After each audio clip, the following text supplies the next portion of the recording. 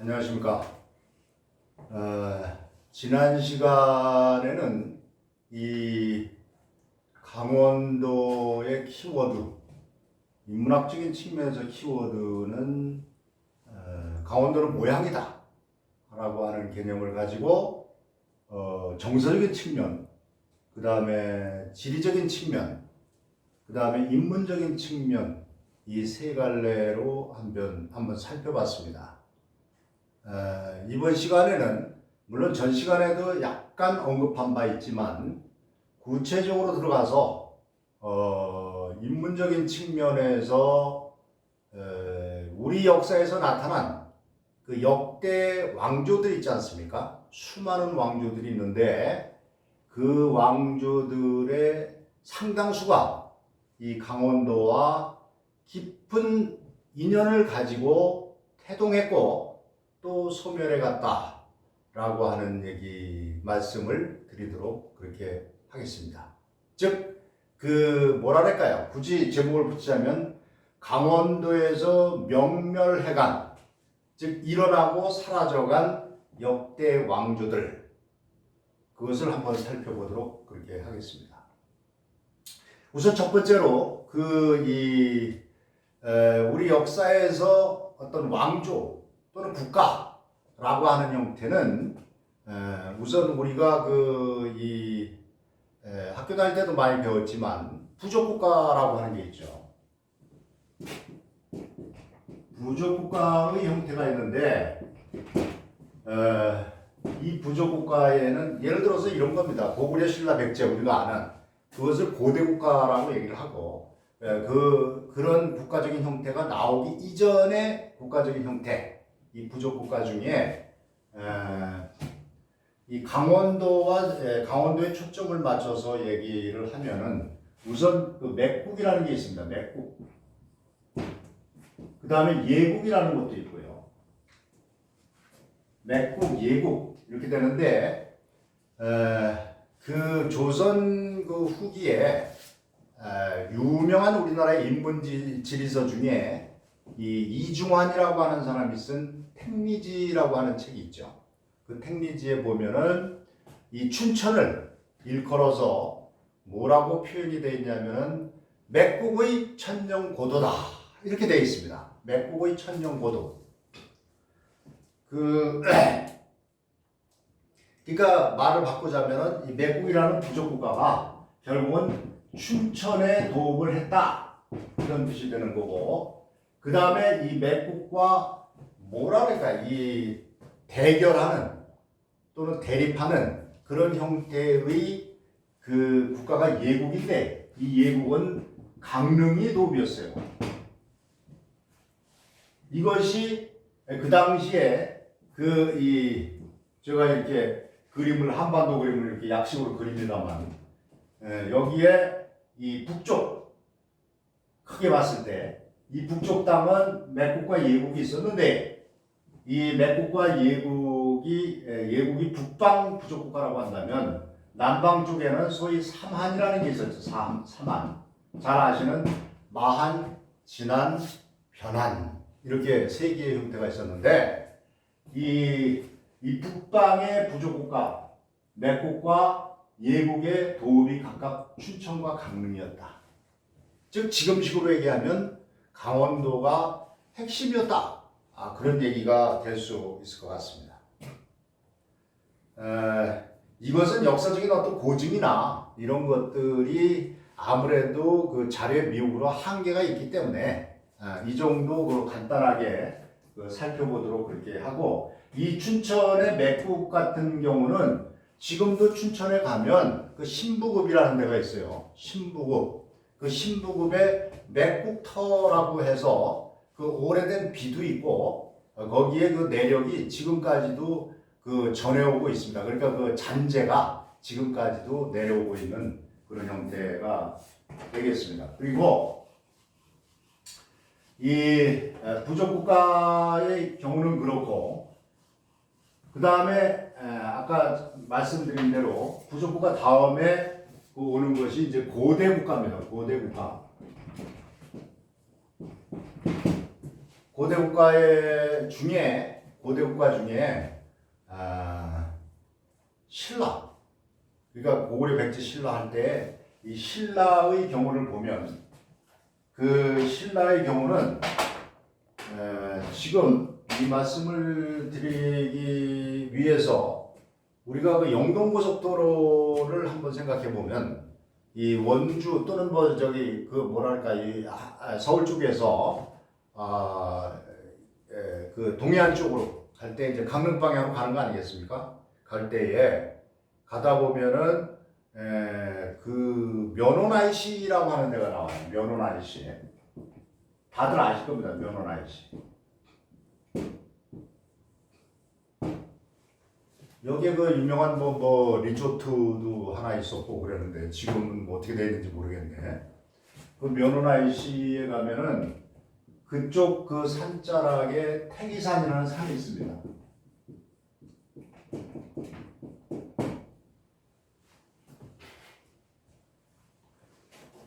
이 면원 IC의 태기산이라는 데가 그저 이름이 그런가 보다 이렇게 하지만 그 사실을 알고 보면은 굉장히 깊은 어떤 역사적인 의미가 도사리고 있는 곳이 바로 이곳인데, 이 면원 IC 우선 할 때에 이 면원이라고 하는 말은 사람들마다 조금 그 뭐랄까 피상적으로 이렇게 해석을 하는 경우가 많지만 제가 살펴본 바로는 이 면원 IC라고 할 때 이 원래 말은 멸원입니다. 멸원. 이 멸은 멸망한다는 뜻이에요. 그렇죠? 멸원. 지금 무슨 얘기냐? 그 멸은 멸이고 온은 한자를 모르니까 온이라고 쓴 거냐? 그게 아니라 이 온은 순수 우리말입니다. 온. 한번 예를 들어볼까요? 온갖. 지금도 쓰고 있어요. 온누리, 온통, 온종일 뭐 이런 말을 쓰거든요. 그 온이 무슨 뜻인가? 이게 순수 우리말의 백이란 뜻이에요. 백. 백을 온이라고 했어요. 백을. 그럼 천은 뭐라고 했을까요? 천은. 즈문. 이렇게 얘기했거든요. 즈문. 즈문. 그 다음에 그 위로 올라가면 백을, 천을 즈문이라고 했다라고 한다면 그러면은, 만은 뭘까요? 만. 골이에요, 골. 그래서 우리가 지금도 쓰고 있잖아요. 골백번 죽고 이런 식으로다가 골백번 뭐 골백번 얘기해도 못 알아듣냐? 뭐 이런 식의 표현. 그 다음에 그러면 이왕 얘기가 나온 김에 그 만은 뭘까요? 만은 순수 우리말로 만이라고 하는 것은 잘입니다. 잘해라. 엄청 많이 해라. 뭐 이런 의미를 담는 거예요. 잘이라는 게. 그러니까 위에서부터 얘기하면 열은 열이겠죠. 열. 그 다음에 이거 10이니까 100은 뭐예요? 온. 그 다음에 천은 뭐예요? 즈문. 그 다음에 만은 뭐예요? 골. 억은 뭐예요? 잘. 그러면 이 억 다음에는 뭐예요? 소위 조잖아, 조. 조라고 하는 것은 뭘까요? 그거는 물이에요, 물. 그래서 옛날 옛날에 한 천도교에 그 동학이나 천도교에서 하느님을 뭐라고 불렀죠? 한울림이라고 불렀어요. 울림. 이게 울이라고 하는 것이 그런 의미를 갖는 거예요.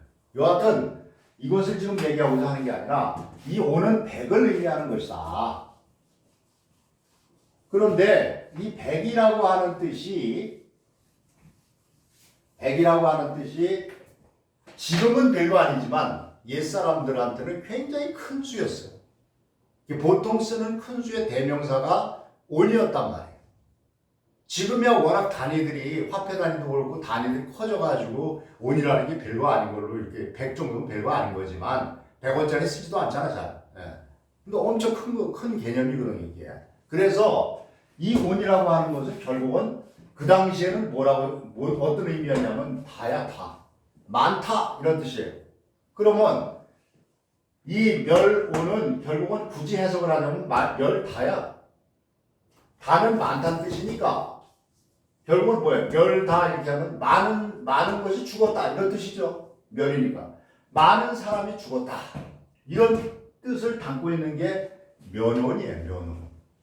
많은 사람이 죽었다, 많은 사람이 죽은 것 이런 의미로다가 이렇게 해석할 수 있는데 그러면 이상하지 않습니까? 뭐가 많이 죽었다는 거예요? 많은 사람이 어떤 사람들이 죽었다는 거예요? 여기에 어떤 역사적인 비의가 있다, 숨겨진 뜻이 있다 이렇게 볼 수가 있는데 그 얘기를 잠깐 살펴보면 아까 이 북방의 부족국가에는 예국과 맥국과 예국이 있다고 했지만 남쪽 땅에는 마한천한 변환이 있었어요. 그런데 조금 러프하게 이렇게 표현을 하면은 마한 땅에 백제가 들어왔고 진안 땅에 변환 땅에 가야가 들어왔고 그 다음에 진안 땅에 신라가 들어왔거든요. 신라가 그 진안에 있는 그 부족들을 통합해 가지고 세운 나라가 신라다. 통상 이렇게 얘기를 하는데 그러면 그 신라는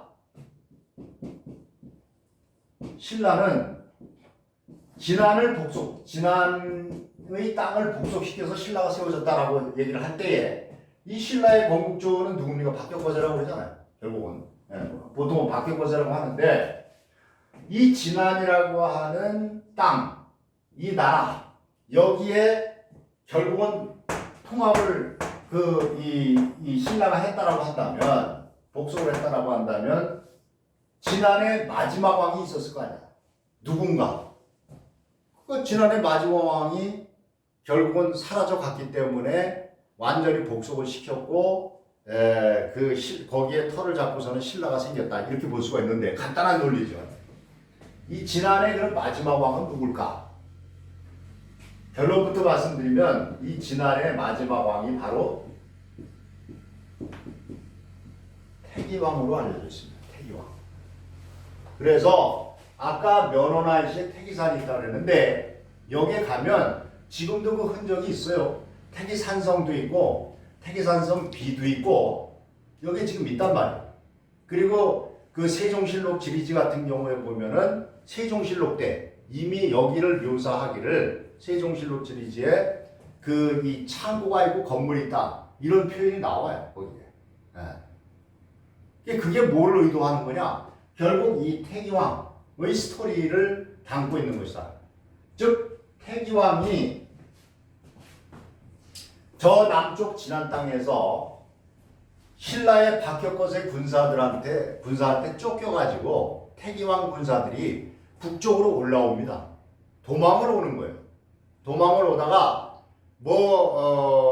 일각에서는 그게 해안도로로 동해안도로로 따라서 올라왔다 그러는데 제가 보기에는 그거보다는 육로로 바로 왔을 것 같아요. 왜 그런 얘기를 할 수 있냐면은 이 우리나라 지명이라고 하는 것은 우리나라 지명은 보통 신이 내린다라고 할 정도로다가 이 지명에는 그 지역의 오랜 역사와 어떤 신화적인 스토리가 들어가 있는 게 지명인데 그런 관점에서 볼 때에 지금의 그러니까 삼당진 옛날 삼당진이 지금 울산 정도 됩니다. 울산 정도에서 태기왕 군사들이 쫓겨가지고 북상을 하면서 계속 전투를 했겠죠. 전투를 하다가 맨날 그 전쟁만 할 수는 없잖아. 휴식 시간도 있고 잠깐 휴식했다 하자 이래가지고 휴식 시간도 분명히 있었을 거예요. 그럼 그때에 그 군사들이 하는 일 중에 대표적인 게 뭐냐? 갑옷을 벗어가지고 시냇물에 빠는 겁니다. 왜? 엄청난 땀도 땀이지만 피가 묻어 있을 거 아니에요. 그 씻어요. 그 씻었던 장소, 북상을 하면서 씻었던 장소가 어디였겠냐? 지금 대전의 그 중심부를 흐르는 강이 뭡니까? 갑천이에요, 갑천. 갑옷을 씻은 물. 갑옷을 씻은 물 이런 뜻입니다. 여기에도 이 태기왕 군사의 그 스토리가 이 대전 갑천에 들어가 있어요. 그리고서 거기서 또 전쟁을 치르다 또 쫓겨가지고 북상에서 올라와가지고 어디로 결국은 갔을까요? 쫓겨가지고 이 면원하이시 있는 태기산으로 들어간 거예요. 태기산. 그때 원래 이 태기산의 이름은 태기산이 아니고 옛날 이름은 덕고산입니다. 덕고산. 덕덕자에 높을 고자 몇산 덕고산. 이것이 나중에 태기왕 전설과 어울리면서 태기산으로 지금은 바뀌어가지고 불리고 있는데 어떻게 됐든 이 태기왕의 군사가 태기산으로 들어가서 거기에서 운거를 하면서 산성도 쌓고 그 결국은 어떤 저기 군용도 쌓고 이렇게 하면서 거기서 항전을 했던 거예요. 누구하고? 박격거세 군사하고. 그러다가 그 인근에 그러니까 그거와 관련된 지명의 이름이 많이 남아있어요. 아까 갑천이라고 했는데 대전의 갑천. 그 인근에 갑천이 있죠. 어디? 횡성의 갑천면이 있어요. 횡성의 갑천면도 바로 이 스토리에서 나온 횡성 갑천 하는데도 그 다음에 결국은 여기서 싸우다가 나중에 결국은 중과부적으로 이 태기왕의 군사가 전멸을 합니다. 그리고 태기왕도 몸이 세동강이 나서 결국은 죽었다라고 하는 건데 그래서 거기에 그 죽은 장소의 이름이 삼동거리예요. 삼동거리. 세동강이 났다 해서 이 삼동거리라고 하는 말도 전해져 내려오고 그럴 정도다가 또 예를 들어서 뭐 그런 것도 있습니다. 우리는 지금 어답산이라고 하는데 그 어답산의 스토리는 뭐 여러 가지 스토리가 있죠. 마의태자 스토리도 있고 뭐 이렇게 있는데 어답이라는 한자 그대로 하면은 임금이 밟았다 이런 뜻인데 답이라는 거 밟는 거니까 임금이 밟은 산 지나간 곳 뭐 이런 뜻으로 되지만 이 태기왕의 전설 설화에 의하면은 이 어답산이 그게 아니고 어탑산에서 나왔다라고 하는 거예요. 무슨 얘기냐면은 어탑이라고 해서 임금의 탑은 이 간이 침대거든요. 전쟁터에서도 밤에 자야 될 거 아니야. 임금은. 그래서 임금이 간이 침대를 깔고 거기서 잤다 해서 어탑산. 이것이 나중에 어답산으로 바뀌었다. 이런 해석도 지금 병행해서 나오고 있는 겁니다. 여하튼 해서 이 태기왕의 수많은 군사들이 결국은 박격거세 군사한테 전멸을 당했다라고 하는 의미가 바로 그러면 이게 면원이 무슨 의미인지가 이해가 갈 겁니다. 수많은 사람들이 죽은 것 이런 뜻이 되죠.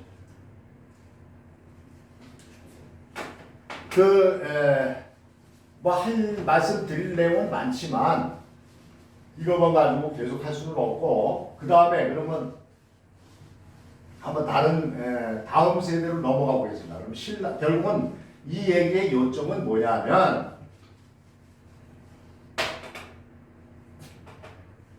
고대국가 신라도 이것을 믿는 이 스토리를 믿는다라고 한다면 신라라고 하는 것은 결국은 그 시작이 어디에서 시작됐다라고 볼 수 있습니까? 바로 이 태기산 일대에서 시작이 됐다라고 한다면 신라라고 하는 것도 나라도 결국은 그 시작점 태동은 강원도에서 비롯됐다라고 하는 그런 말씀을 드릴 수가 있습니다. 이러한 신라가 소위 천년사직이라고 하잖아요. 천년을 흘렀어요. 흘러가지고 나중에 이제 그 10세기 900년대 초반으로 가면은 결국은 이 후백제도 그렇고 또 그 후고구려 나중에는 이제 뭐 태공으로 바뀌고 이제 고려로 바뀌지만 그 후백제 시대 때로 가보면은 이 신라의 제일 마지막 왕이 경순왕이에요.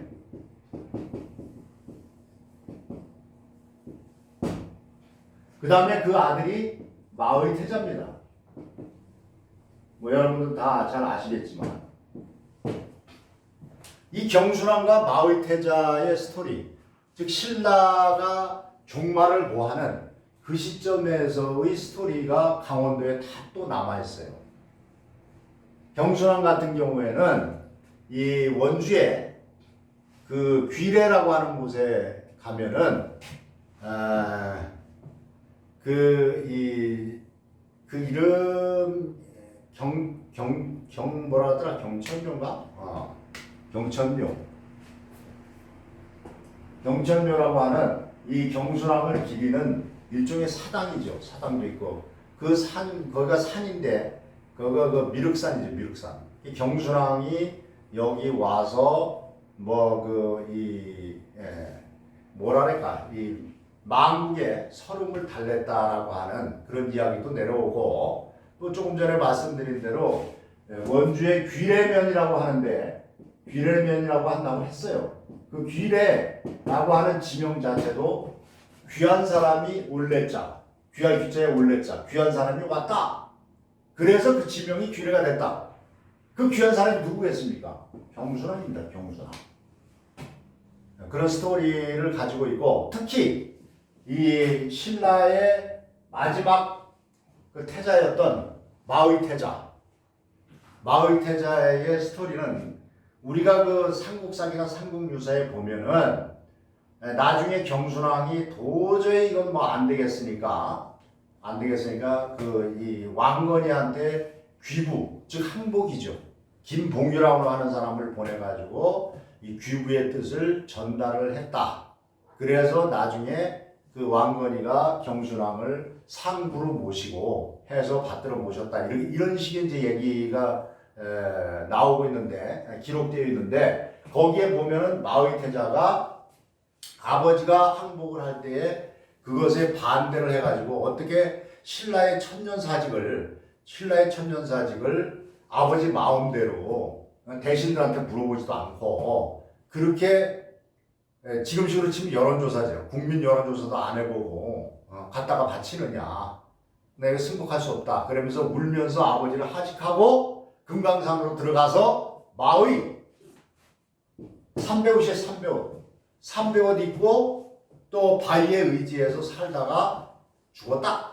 맥없이 죽었다. 이게 삼국사기나 삼국유사의 기록인데 사실 그 현장에 남아있는 여러 가지 지명이라든지 아까 얘기한 대로 지명이라든지 어떤 발자취라든지 족적을 보면은 그거하고는 사뭇 다릅니다. 이 마의태자 역시 금강산으로 들어갔다. 금강산도 강원도이긴 하지만 금강산으로 들어갔다라고 하는 것보다는 지금은 여러 가지 이제 고증도 통해서 이렇게 유추 해석도 가능한데 그 마의태자는 금강산보다는 이 강원도 인제 땅에 그 족적이 훨씬 많이 남아 있습니다. 강원도 인제에 가면 인제의 상남면 지금은 이건 행정구역인지 바뀌었는지 모르겠어요. 상남면 김부리라고 하는 데가 있어요. 김부리. 인제군 상남면 김부리. 이 김부리에 가면 이 마의태자와 관련된 여러 가지 흔적들이 지금 많이 남아 있습니다. 지명은 물론이고, 지명은 뭐 예를 들어서 그런 지명도 있어요. 그 행차너미 이런 말도 있는데 그 임금의 그러니까 마의태자가 임금을 모셨으니까 임금의 그 행차가 넘어오던 곳이다라고 하는 곳도 있고 또 뭐 여러 가지 맹계골 이런 데도 있고 그거는 마의태자를 모시던 충직한 장수였던 맹장군이 죽어서 맹장군이 살던 곳이다 해서 맹계골 이런 말도 있고 또 예를 들어 그 인근에 이 양구가 있죠. 양구에 가면 군량리 이런 말도 있어요. 군량은 그야말로 군사의 군대의 양식이라고 하는 뜻인데 군대의 어떤 이거 군량 말이죠. 그 군량을 갖다가 이 저장해 놓았던 곳이다 해서 군량리 뭐 이런 말도 있고 하여튼 여러 말들이 지금 많이 남아 있습니다. 그리고 뭐 예를 들어서 다물리 거기 근처에 보면 다물리 이런 말도 있는데 다물리는 많은 분들이 알고 있겠지만은 이 고구려의 옛날 그 군사 이름을 다물군이라 했잖아요. 다물군. 다물군. 그래서 전쟁터에서 그 적을 물리쳐서 그 국권을 갖다 회복한다. 뭐 이런 의미로다가 그걸 다물이라고 하는데 이 다물이라는 지명도 좀 남아 있어요. 그 이런 것들이 전부 이걸 뒷받침하는 거고 또 특이한 것은 이 마의태자와 관련해서는 그 마의태자가 결국은 그 이 금강산에 들어가서 300을 걸치고 바위에 의지해서 맥없이 살다가 죽었다. 그게 아니라 그 자손들이 많이 번창을 했다는 거야. 그냥 혼자 죽은 게 아니라. 그래서 이 마의태자의 후손임을 자처하는 우리는 마의태자의 후손이야. 이렇게 해서 자처하는 성씨가 6개가 있어요. 6개가. 그 6개 중에 뭐 통천김씨도 있고 청풍김씨도 있습니다. 청풍김씨는 비교적 사람들이 많은데 청풍김씨도 있고 그 다음에 부안김씨가 있어요. 부안김씨. 이 부안김씨들이 주도를 해가지고 인제군 그 상남의 김부리에 가면 지금도 군부대 안에 있지만 거기에 김부대왕각이라고 하는 사당이 지금까지 존치되어 있습니다. 김부대왕각 이렇게 해서 거길 들어가려면 물론 아무나 못 들어가고 군대하고 협조를 해서 이렇게 들어가야 되는데 여기에서는 지금까지도 이 마의태자를 모시고 있고 또 최근에는 어떻게 되는지 모르겠어요. 얼마 전까지만 해도 한 십수년 전만 해도 그 동네의 동지, 동네 제사죠. 동네 제사를 마의태자한테 가서 그 사당에 가서 지내고 이러한 사실들이 현재까지 이어져 오고 있는 게 이 마의태자입니다. 그러다가 이 마의태자 일행이 그 당시에 마의태자를 따르던 그 마의태자 일행이 여기에는 이 경순왕의 원래 부인이었던 죽방왕후도 따라왔다고 그래요. 죽방왕후. 죽방왕후가 마의태자 엄마지 그리고 따라왔다고 하는데 이 마의태자의 그 일행이 신라 소국을 세우고 여기서 항전을 했다는 거예요. 그러니까 삼국사나 삼국유사의 기록과는 달리 거기서는 그냥 살다 죽었다 금강산에 이렇게 됐는데 그게 아니라 거기서 상당 기간 항전을 고려 군사하고 항전을 했다라고 하는 거죠. 항전을. 그래서 동해안 쪽으로 가서 거기에 동해안하고 내륙하고 해가지고 같이 붙었을 때 전쟁을 하고 그랬던 중에 예를 들어서 그 고갯마루가 있는데 그게 진부령입니다. 진부령. 이게 원래 김부령. 에서 나온 말인데 이 강원도에서는 저도 이제 강원도에서 자랐습니다만 이 기읍을 지읒으로 발음하는 경우가 많아요. 예를 들어서 먹는 김을 야 짐 가져와라 이렇게 하고 김치도 짐치라고도 얘기를 했고 하여튼 이 발음도 이게 지금 계승되고 있다라고 이렇게 보는데 이 김이 바로 이 진부령이 김부령에서 나온 표현이다. 그런 얘기를 할 수가 있을 것 같습니다. 근데 이 얘기를 하자면 끌고 나가면 결국 중국 청나라까지 이렇게 갈 수도 있는데 그냥 한마디로 얘기하면 어떤 견해가 있냐면은 마의태자가 여기서 진을 치고선 싸우다가 결국은 중과부적으로 패퇴를 해가지고 저 북방으로 들어가서 그 당시에 거기 여진족들을 통합을 해서 이 나라를 세우는데 그게 금나라다. 그 얘기예요. 그게 은나라도 동나라도 아니고 금나라다. 왜 하필이면 금나라가 세금자 금이냐? 그게 바로 김씨들이 와서 이렇게 했기 때문이다라고 하는 그런 얘기도 나오고 그랬는데 이 얘기를 하자면 너무 이제 또 길어지니까 그 말씀은 여기서 그치도록 하고 단 끝에 이 김부리. 그러면 이 김부리는 어디서 나온 거냐? 김부리라고 하는 것은 이렇게 씁니다.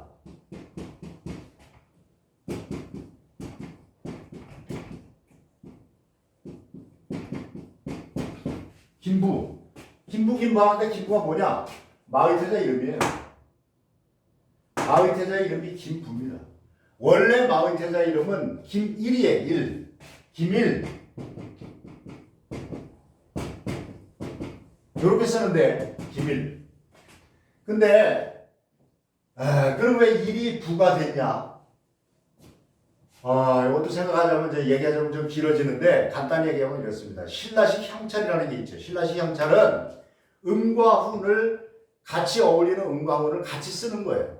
무슨 얘기냐면은 원래 이름이 김일이라 그랬죠. 김일. 김일인데 이 일이라고 하는 것은 아까 음과 훈을 같이 쓴다 그랬잖아요. 이 일자가 있어요. 이런 일자가 통한다는 거예요. 서로 일과 일이 신라식 향찰에 의하면. 그러면 이 일은 뭐냐? 넉넉하다, 넘친다 이런 뜻이거든요. 그러면 넉넉하다, 넘친다 하는 말은 요번에는 음이 아니라 그 뜻으로다가 바꿔서 얘기를 하면은 이것이 뭘로? 부자로 통한다는 거예요. 원래 이 기밀이 음이 이거하고 통하고 이 뜻이 이거하고 통해서 결국은 부가 됐다 라고 하는 게 신라식 향찰 표기법이라고 얘기하셨는데, 그러면 그냥 기밀이면 기밀이라고 쓰지 왜 김부라고 썼냐 하는 것에 대해서는 여러 가지 해석이 있는데, 우선 하나가 자기 아버지 경순왕의 이름이 김부였어요. 자기 아버지의 이름이 거지가 경순왕의 이름이 김부였거든요. 이게 스승부자. 스승부자가 결국은 이 넉넉하다, 부자 하고 그 뜻은 다르지만 이거를 음으로다 같이 합치를 시켰다. 즉 마의태자 입장에서 자기 아버지를 계승한다라고 하는 그런 의미에서 자기 아버지의 음을 갖다가 그대로 빌려왔다라고 하는 해석도 있고, 또 다른 해석은 이 마을 사람들이 결국 나중에 이 김부의 군사가 마의태자 군사가 북방으로 올라갔는데 나중에 고려 군사가 거기를 전부 색출을 했을 거 아니에요? 색출을 했을 때에 자기들은 이 마의태자 에 동조한 세력이 아니다 라고 하는 일종의 그 면피용으로다가 이 김일을 갖다가 김부라고, 즉 경순왕의 이름을 따가지고 김부라고 이렇게 바꿨다라고 하는 해석도 있어요. 이거는 어떤 것이 진짜인지는 누구도 해석하기가 힘든데, 여하튼 이러한 사실이 있어 지금 현재 이 김부리로 이렇게 불려지고 있다. 그 다음에 그러면 아까 말씀드린 대로 횡성과 평창 사이에 있는 태기산에서 박격거세 군사가 그 지난해 태기왕 군사, 마지막 제왕이었던 태기왕 군사를 그 패퇴시키고 전멸시키고 신라가 건국됐는데, 그 약 1000년 뒤에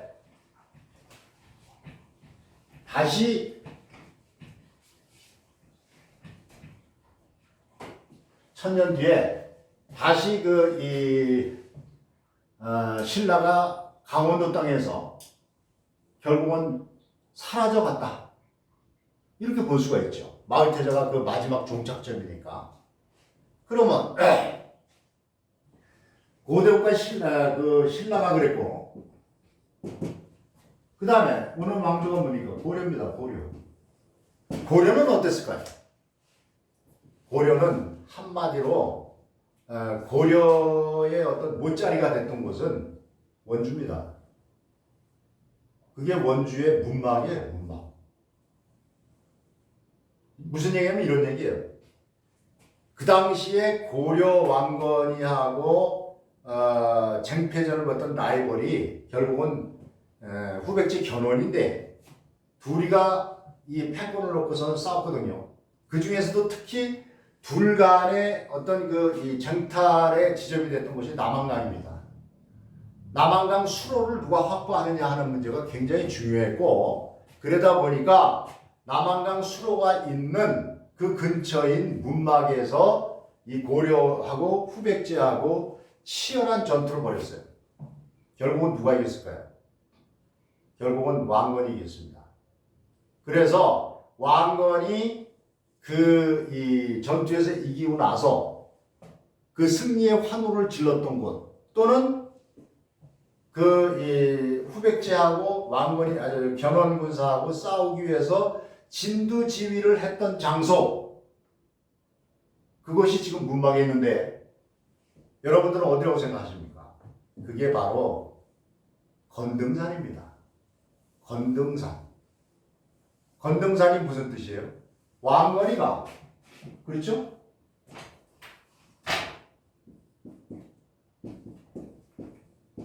왕건이 올랐다. 그런 뜻 아니에요. 건등, 왕건이가 올랐다. 원래 이 건등산의 이름은 기린산이었습니다. 기린산. 근데 왕건이가 견훤이를 물리치고서는 그 올랐던 곳, 또는 거기에서 전투를 지휘했던 곳, 건등산이고, 여기서 얼마 안 떨어진 곳에 가보신 분들이 있는지 모르겠지만, 그러면 견훤이도 진을 치고 있었을 거 아니에요? 있습니다. 그게 저쪽 어디냐, 불원 쪽으로 문막에서 들어가다 보면은 좌측에 견훤산성이라는 데가 있어요. 견훤산성. 그거는 일반 사람들한테 잘 안 알려졌는데 거기에 올라가면 비도 있습니다. 견훤산성 비. 거기에 견훤의 군사들은 거기서 진을 쳤고, 얘기에 의하면 건등산에 있는 고려 군사하고 이쪽에 있는 건등산에 있는 군사, 견훤 세력하고 활로다가 서로 싸웠다 하는데, 그거는 좀 뻥인 것 같고요. 왜냐하면 거기는 화살이 날아갈 만한 거리가 아니에요. 훨씬 멀기 때문에 그것은 아닌 것 같고, 여하튼 양쪽에서 진을 쳤는데, 여하튼 이렇게 양쪽에서 쟁패전을 해가지고 결국은 왕건이가 승리를 하게 됩니다. 그래서 여기서 승기를 잡았기 때문에 고려라고 하는 나라를 갖다가 건국하는데 어떤 추동력을 받게 됐다 하는 의미에서 이 원주, 특히 문막을 뭐라고 보통 얘기를 하냐면은, 문막은 고려, 원주는 고려의 묘상이다, 이렇게 얘기해요. 묘상. 이 묘상이라는 뜻은, 묘는 묘목이라 그러잖아요. 우리가 묘목. 모짜리야, 모짜리. 묘상이라고 하는 게 모짜리라는 뜻이에요. 즉 고려도 강원도에서 그 뿌리를, 고려의 태동이라고 하는 것도, 건국이라고 하는 것도 뿌리를 받고 있다, 그런 말씀을 드릴 수 있을 것 같습니다. 그리고 그러면 이렇게 시작한 고려 왕조가,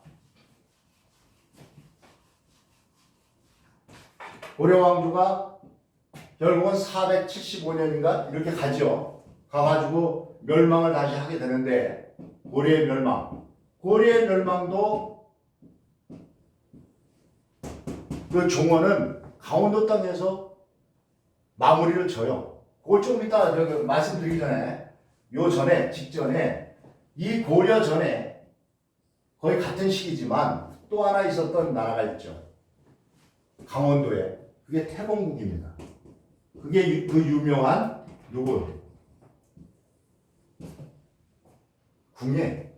궁예가 세운 나라예요. 어디에? 철원에다가. 근데 그 태봉국이라고 하는 나라는 이 왕건이가 이제 본격적으로 궁예 세력을 몰아내고 들어오기 전에 세웠던 나라인데, 이 태봉국은 그 크기가 어느 정도 됐냐? 한마디로 얘기해서 그 당시 통일신라의 땅덩어리의 3분의 1을 이 태봉국이 점령을 해가지고 있었어요. 구체적으로 얘기하면 대동강에서 저 나주, 남쪽의 나주 지역까지 이 태봉국이 다 석권을 했거든요. 한때는 궁예가 이만저만하던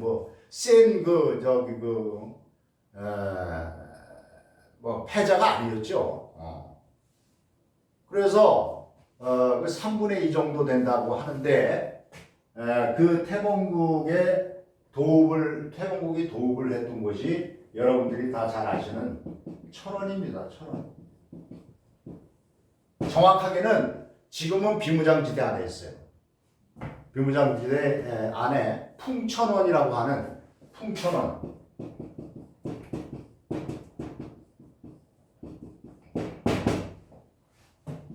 철원이고 해서 이 태봉국이 세워졌는데 이게 아시다시피 이 궁예가 이 왕건이의 세력의 그 쿠데타에 의해서 그게 뭐 잘한 거냐 못한 거냐를 말씀드리려는 게 아니라 사실 그 자체를 말씀드리는 건데 쿠데타에 의해서 결국 사라져간 그런 태봉국. 이 태봉국을 그래서 그 일부 사가들은 뭐라 그러냐면 강원왕국이라 그래.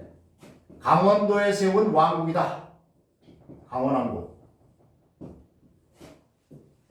이게 역시 태봉국도 강원도에서, 고려도 강원도에서, 원주에서 그 못자리 묘상이 돼가지고 세워져가지고 475년 동안 끌다가 결국은 여러분들이 잘 아시다시피 그 1392년에 그 조선이 건국되면서 결국은 이제 그 사라져 가는데 이 사라져 갈 때에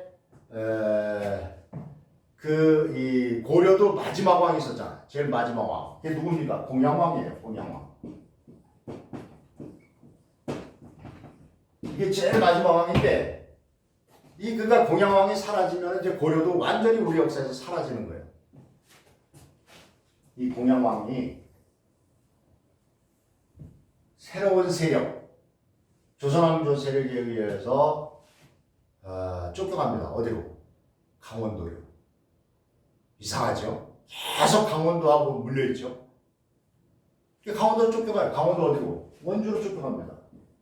정확하게 원주 손공리라고 하는 불원면 손공리로 쫓겨가요. 불원면 손공리. 지금은 손공이라고 하지만 거기에 가면 지금 비도 있습니다. 뭐라고? 이 손공리가 옛날에는 이렇게 돼 있어요. 지금은 한글로 써져 있는데 여기를 이렇게 불렀어요. 이렇게.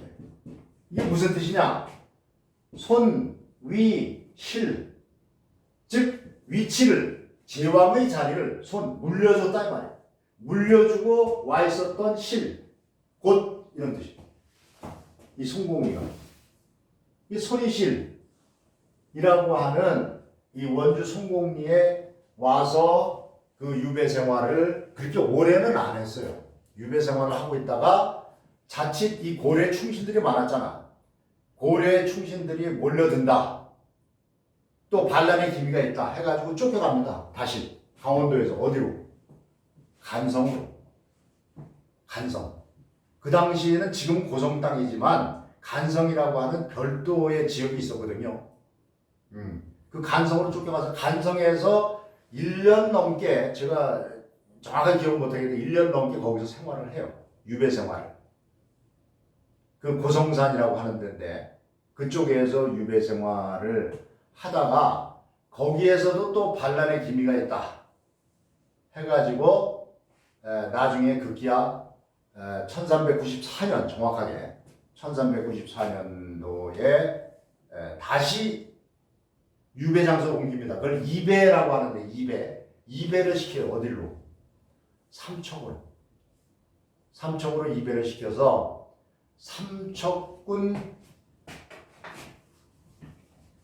삼척시죠. 지금 삼척시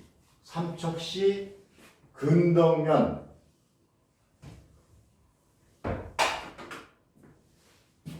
그러다 쫓겨가서 거기에서 지내다가 1394년 4월 17일로 기억하는데 4월 17일 고려사에 나온 거 보면 4월 17일 날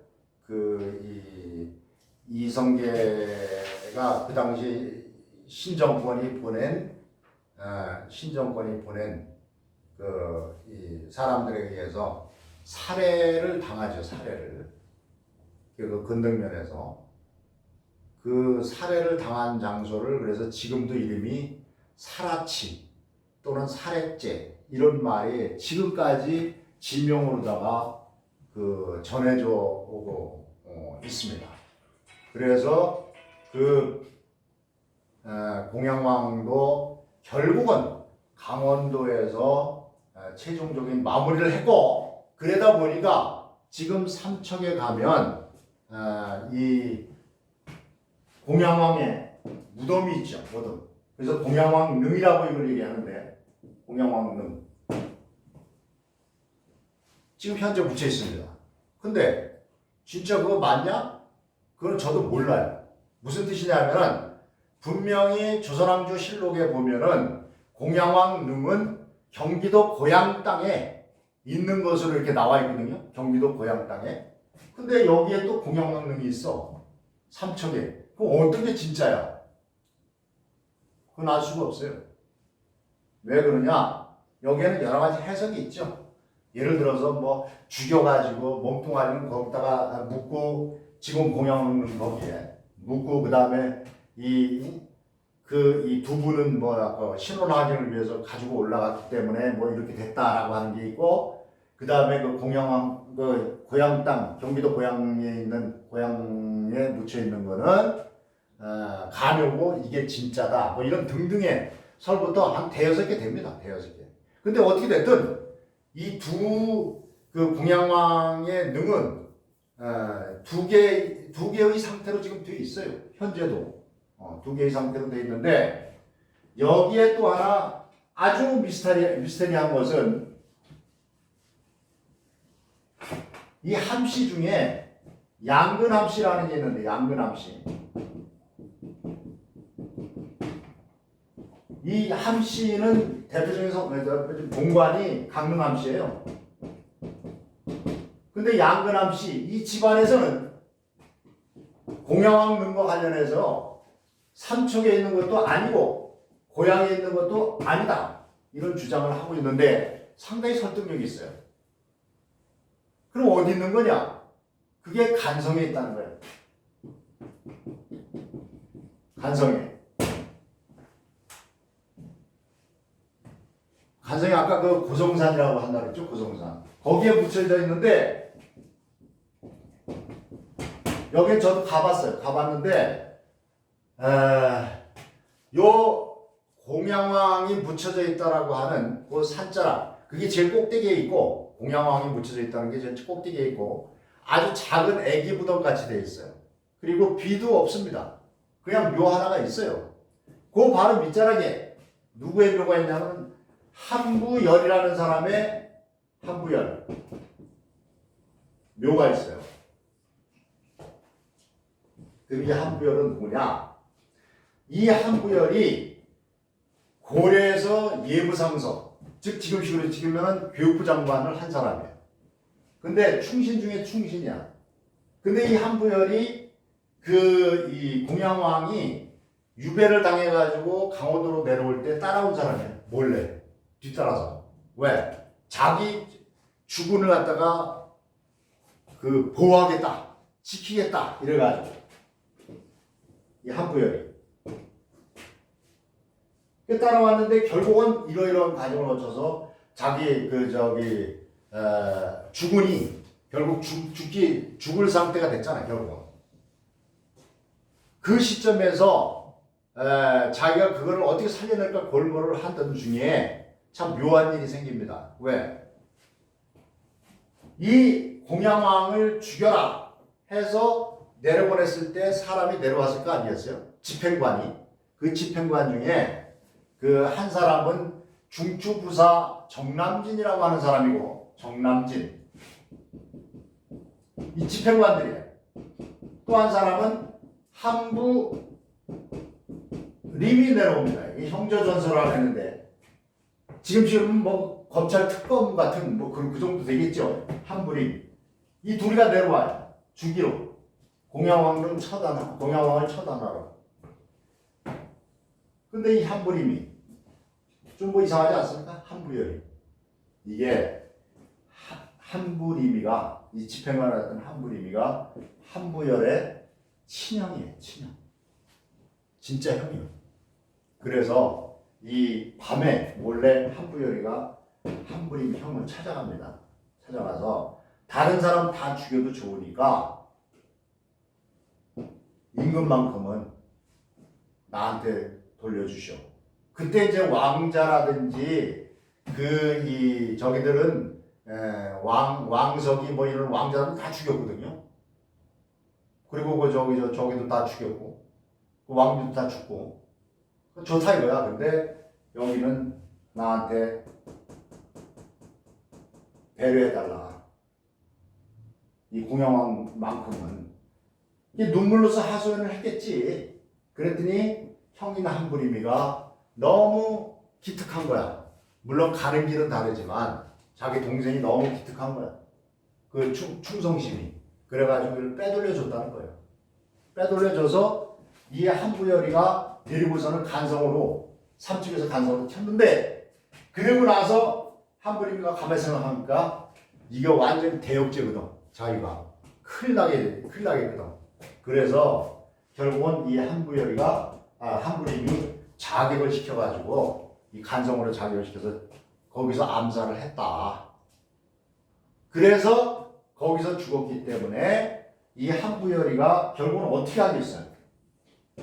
나중에 그 시신을 수습해서 공양왕의 시신을 수습해서 그 고성산 짠 위에다가 그냥 아무도 모르게 그 뭐 성물을 쓰거나 이런 것도 없이 그냥 묻어놨고 나중에 죽을 때에 자기가 한부열이가 죽을 때에 자기 후손들한테 그 묘 그러니까 결국은 이 말을 믿는다면 그게 공양왕릉이죠. 그 묘 밑에다가 나를 묻되 거기에는 선물도 하지 말고 반드시 제를 지낼 때는 나보다 그 윗전에 가가지고 그 위에 가서 먼저 예를 갖추고 나한테 해라. 그렇게 유언을 하고 죽었다라고 하는 거예요. 그리고 오늘날에도 내가 최근에는 확인을 못 해봤지만 오늘날에도 문중에 시제가 있거나 이럴 때에 지금도 그게 그대로 이행이 되고 있다는 거예요. 그런 방법이. 또 그 사람들은 그러다 보니까 어떻게 되겠어요? 결국은 이 묘라고 하는 것은 그 고성산에 있는 누굽니까? 이 공양왕릉이 무덤이 진짜 무덤이다. 이렇게 여기고 있는 것은 어떤 면에서 당연한 거 아니겠어요? 이런 것처럼 이 공양왕릉은 세 개가 있다. 실록에 나와 있는 경기도 고양. 그 다음에 거기서 민간에 전해지는 삼척. 그 다음에 또 하나는 이 바로 양근암씨 집안에서 전해지는 그 고성산, 간성에 있는 고성산. 그렇게 세 개가 병존하고 있는 것이 공양왕의 능이다. 이렇게 얘기를 할 수가 있고, 마지막으로 조선 그러면 고려까지 했는데 조선은 어떠냐? 조선 시간이 너무 가고 있으니까 조선에 대해서 간단히 얘기를 하겠습니다. 조선이란 나라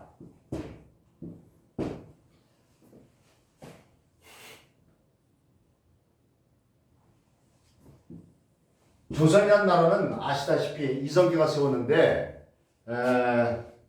그 세종 때 가서 용비어천가라는 게 나오죠. 용비어천가에 보면은 자기 밑에 조상들을 해동의 육룡이 나르샤 이렇게 얘기를 해요. 해동 육룡. 이 6명의 용이 있다.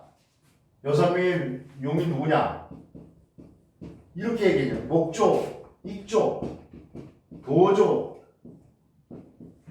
환조, 태조, 태종.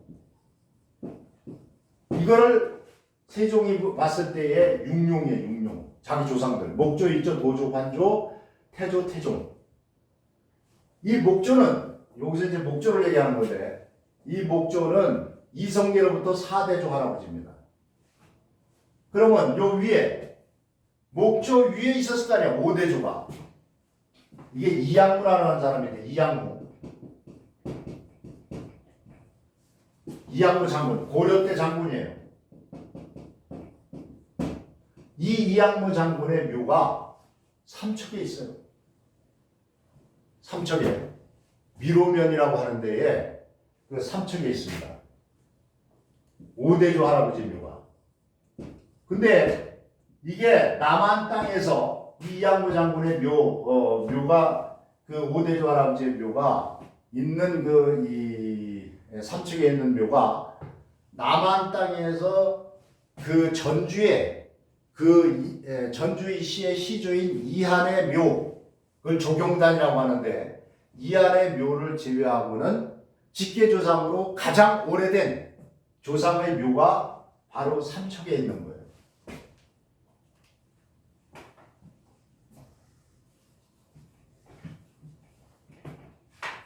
그러면 이 이양무 장군의 묘가 왜 여기 자리 잡고 있냐? 전주이신데 왜 삼척 땅에 자리 잡고 있냐? 그것도 미스테리죠. 간단히 얘기하면 이렇습니다.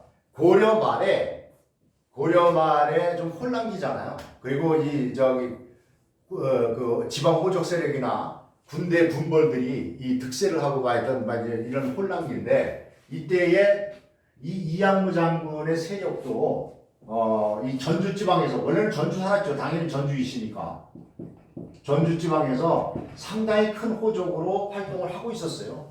활동을 하고 있었는데 그때 실질적으로 그런 세력들을 끌고 있었던 건 목조였죠. 목조. 즉 이양무 장군의 아들 태조 이성계로부터 4대조 할아버지 이 목조였는데 그때의 이 목조가 미혼이었는데 20살 무렵 정도 됐겠죠. 미혼이었는데 총리하던 관기가 하나 있어서 관에 소속된 기생이 있었는데 그 관기 때문에 거기에 뭐라 그럴까 주관이라 해서 그거를 통치하고 있는 벼슬아치 그러니까 수령들 그쪽 세력하고 이 갈등을 빚어요. 갈등을 빚어가지고 결국 그 세력들이 이 목조를 치기 위해서 이 목조의 원래 이름은 이한사입니다. 치기 위해서 이 노리고 있는 차제에 그거를 피해가지고 이 목조의 세력들이 도망을 갑니다. 어디로? 그 삼초로 간 거예요. 왜 그랬냐면은 목조의 엄마가 삼척이시거든요. 즉 외가고을이란 말이에요. 그래가지고 그쪽으로 다 도망을 와요. 도망을 와서 결국은 살다가 나중에 이 전주에서 갈등을 빚었던 그 인물 중에 하나가 이 안차사로 와요. 강원도 쪽에 안차사. 그 안차사라는 건 지금 음식으로 치면 도지사격인데 그러다 보니까 원수는 외나무의 다리에서 만난다고 온다는 소식을 듣고서는 다시 이제 북방으로 튀어서 올라가게 되는데 그래가지고 이제 항경도 인근에서 이렇게 살게 되고 이성계도 아시다시피 항경도 일대에서 활동을 하게 되잖아요. 근데 그런 일이 있었는데 그 일의 중간에 이양무 장군이 죽어요. 사망을 한다고. 옛날에 이 사람이 죽게 되면 제일 신경을 후손들이 쓰는 게 뭐냐? 묘자리예요. 묘자리를 얼마나 명당토를 잡느냐 하는 것이 최고 관심사였거든요. 이거 거의 신앙이었단 말이에요. 그래서 묘자리를 잡는데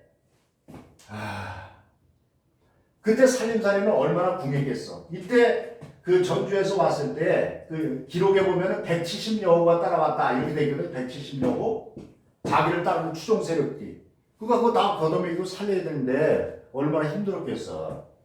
묘자리도 제대로 못 구해가지고 끙끙대고 있는데 그 집의 하인이 이 장사 때 쓸 그 나무를 하러 그 두타산 자락에 올라갔다가 결국은 어떤 노승과 동자승이 앉아서 얘기하는 걸 들었다는 거예요. 뭐라고?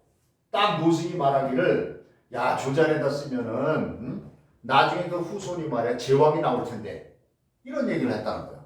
그래서 그거를 하인이 듣고선 와가지고서는 자기 주인인 이안사한테다가 얘기를 하니까 이안사가 부랴부랴 올라가가지고서는 거기 그때까지 마침 있어서 거기서 그냥 무릎을 꿇고서는 애걸을 했겠지. 몇 자리를 좀 정지해 주십시오. 이랬더니 어떤 자리를 딱 가리키면서 저기다 쓰면 그 5대째 가서 제왕이 나온다.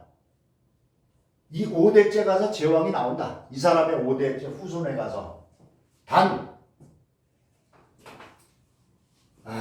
여기에 스토리는 제가 안 하겠습니다. 이게 또 너무 또 얘기가 길어지기 때문에 하여튼 5대째 가서 그 제왕이 나온다 해서 그 자리에다가 그 묘를 갖다가 쓰게 됐는데 진짜 그 노승의 말이 맞았는지 영험한 건지 나중에 세월이 흘러서 결국은 이 이양으로부터 5대째 누구? 태종 이성계가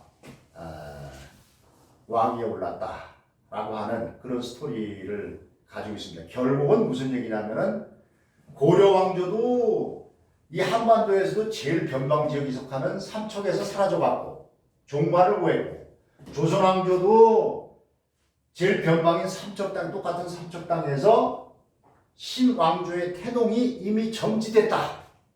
즉 한왕조는 사라지고 한왕조는 태동한 그 지역이 삼척 크게 얘기해서는 강원도 땅이었다라고 하는 면에서 어떤 역사적인 비의가 있는 게 아닌가 이런 생각을 하게 되고 최종적으로 지금 우리가 부족국가 맥국에서부터 시작해가지고 이 조선왕조까지 훑어본 대로 이 역대 우리의 역사에서 각 왕조들도 강원도와의 깊은 인연 속에서 그 태동을 했고 사라져갔다라고 하는 말씀을 드렸습니다. 다음 시간에 뵙도록 하겠습니다. 감사합니다.